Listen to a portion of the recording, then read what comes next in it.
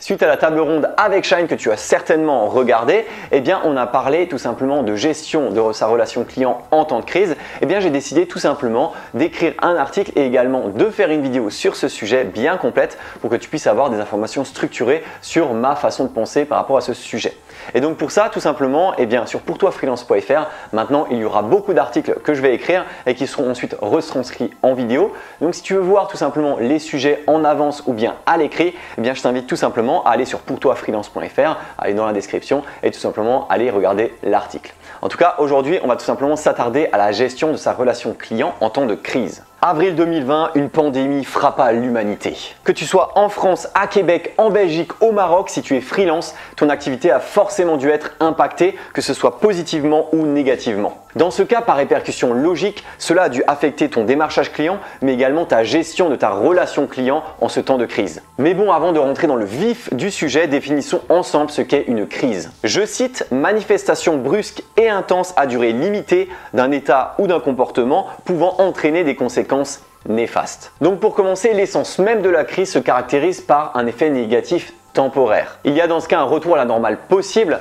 mais la durée est grandement aléatoire. Est-ce que cela va durer plusieurs secondes, plusieurs minutes, plusieurs mois, plusieurs années? Eh bien en fonction du type de crise, on ne peut pas forcément le déterminer. Et c'est d'ailleurs ce qui se passe actuellement. Selon moi, il faut considérer cette crise comme un nouvel état permanent. Juste pour te donner un exemple, des crises peuvent se manifester d'une infinité de manières différentes. Tu peux d'un côté avoir tout simplement la perte de ta connexion Wi-Fi pendant une visioconférence, et à côté de ça, tu peux très bien avoir l'obsolescence d'un métier.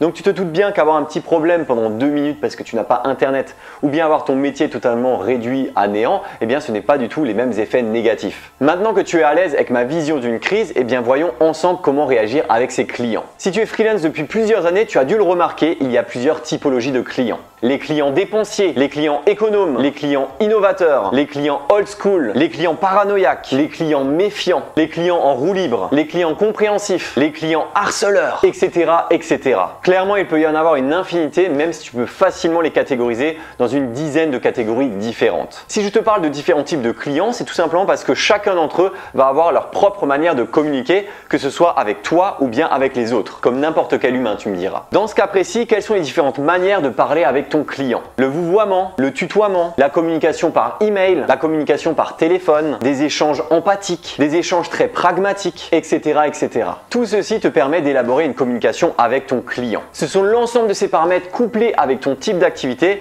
qui va tout simplement faire naître une certaine relation client. Elle va souvent s'adapter en fonction de ton client et tu peux très bien être ultra pote avec l'un d'entre eux et très formel avec un autre. Donc forcément, si tu réunis absolument tous tes clients et toutes tes relations, eh bien tu as une certaine gestion de l'ensemble de tes relations clients. Tu as dû certainement le comprendre, une relation client, ça reste déjà une gymnastique en temps normal puisqu'il faut réussir à coupler à la fois l'aspect humain d'un côté et le besoin de se faire rémunérer de l'autre. Ce dernier point ne devant surtout pas être minimisé, surtout en temps de crise. Puisque tu t'en doutes bien, mais une crise va généralement amener avec elle une crise financière. Tu dois donc tout faire pour que l'impact de cette crise sur tes clients soit modéré puisque ton business en dépend. Chaque freelance et chaque entrepreneur va vivre cette crise différemment. Avec des clients impactés négativement, tu pourrais être impacté négativement. Et avec des clients impactés positivement, tu pourrais être impacté positivement. Tu me suis? Eh bien ce n'est pas aussi simple que ça et on va le voir tout de suite. Prenons l'exemple de 2 de mes clients. L'un d'entre eux est un e-commerçant et vend des produits de nettoyage, il est impacté positivement. Un autre de mes clients vend des thés dans des magasins bio physiques, il est impacté négativement. À présent, prenons l'exemple de 2 prestataires de services. Je connais des directeurs artistiques et des brand designers qui profitent justement de cette crise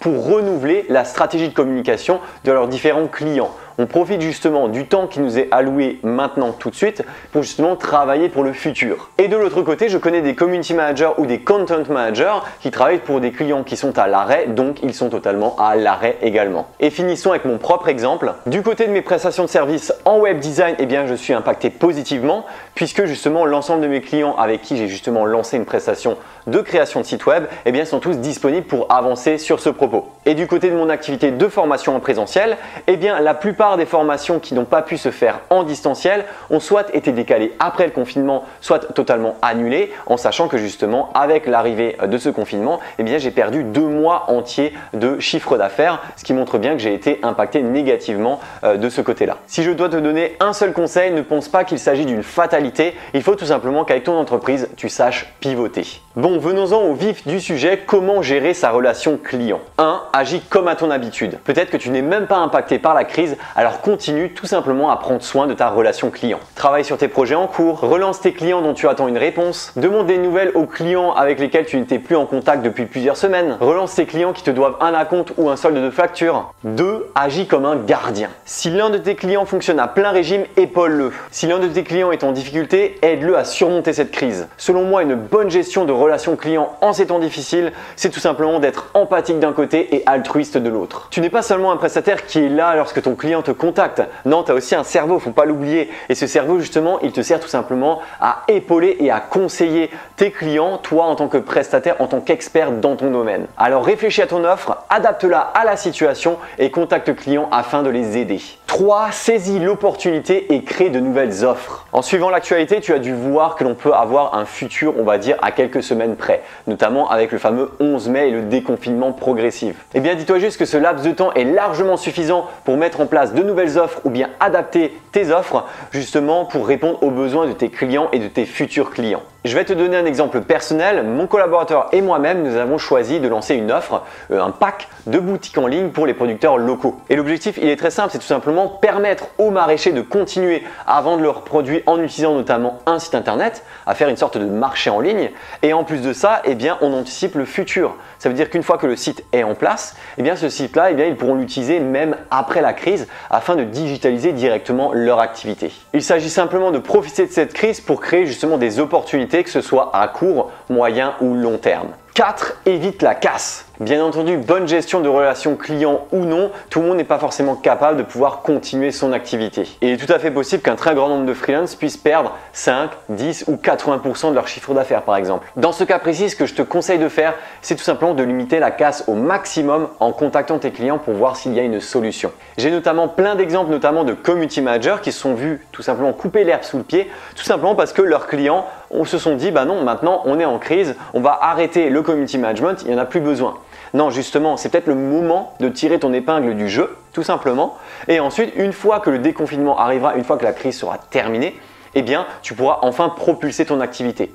Et justement, il y en a qui l'ont compris et d'autres qui ne l'ont pas compris du tout. J'ai tout simplement l'exemple de l'Europa Park qui ont plutôt agi intelligemment, puisque tu te doutes bien qu'avec la situation actuelle, un parc d'attractions de renommée internationale, eh bien, ne peut pas rouvrir comme ça tout de suite. Donc dans ce cas-là, le temps que la situation s'améliore, eh bien, le community manager continue de créer des posts, notamment des posts de backstage, donc par exemple présenter les travaux, des nouveaux manèges, etc.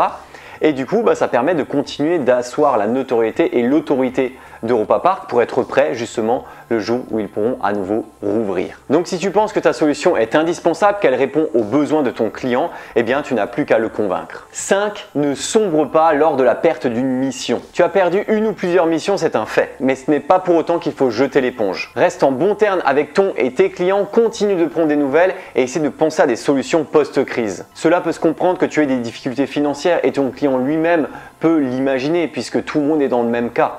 Mais ce n'est pas pour autant qu'il faudra mendier chez ton client. Il faut venir vers lui intelligemment et lui proposer justement des solutions aux besoins qu'il a aujourd'hui. Je vais d'ailleurs te donner une petite astuce d'entrepreneur, c'est tout simplement, dès que tu as un business, l'objectif c'est, que tu sois salarié ou non, eh bien c'est tout simplement d'essayer d'avoir 3 mois d'économie pour que s'il y a un problème, tu vois, que ce soit une crise, que ce soit l'achat d'une voiture ou autre, eh bien c'est tout simplement que tu puisses tout simplement pendant 3 mois t'autosuffire sans travail. Alors bien entendu, c'est assez simple d'en parler maintenant pendant la crise, mais justement c'est pour anticiper les crises.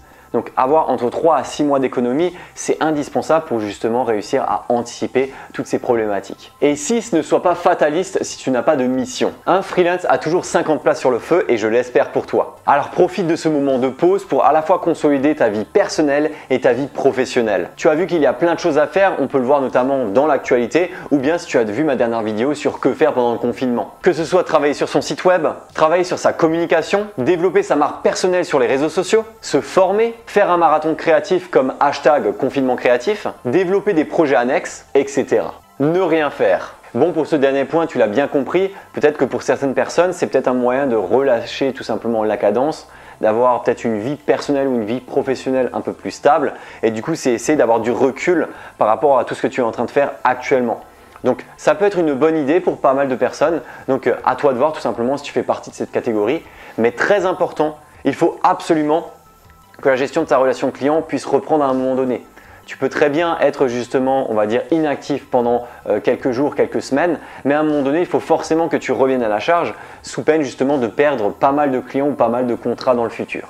Bon, pour faire une petite conclusion sur la gestion de sa relation client, eh bien, il faut juste se dire une chose, c'est qu'une relation client, eh bien, ça fonctionne exactement pareil qu'une relation amoureuse. Au début, tu analyses la personne en espérant que ce soit un prospect. Une fois que tu as réussi à le confirmer, tu vas rentrer dans une phase de séduction où ton objectif, c'est justement de convaincre et de convertir tout simplement ton prospect en client. Mais attention, ce n'est pas fini. Et tout comme dans une relation amoureuse, tu vas de temps en temps surprendre ou bien apporter de petites attentions pour ne pas considérer la relation comme acquise. Dans ce cas précis, période de crise ou non, il faut entretenir ta relation. Mieux encore, en temps de crise, c'est peut-être même la période la plus propice afin de réconforter ton client. Et tu veux toujours faire le parallèle avec la relation amoureuse puisque si l'une des deux personnes est triste, eh bien l'autre personne devra tout simplement la réconforter. Voilà, j'espère en tout cas que cette vidéo t'a plu. N'hésite pas à me dire en commentaire, toi, comment est-ce que tu gères ta relation client actuellement.